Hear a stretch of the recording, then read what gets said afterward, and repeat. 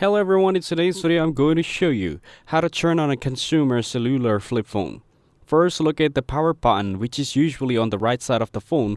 On some models, the red end button acts as the power key.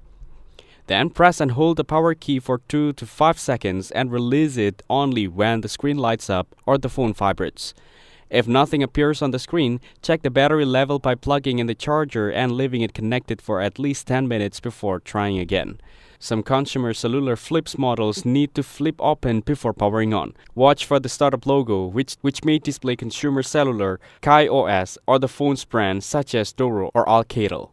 This confirms that the phone is booting properly. The boot up process may take 20 to 40 seconds, and once it loads, you will see the time, network bars, and menu options.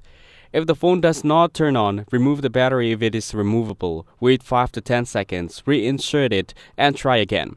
Make sure the SIM card and battery are correctly placed and that the charging cable and wall adapter are working.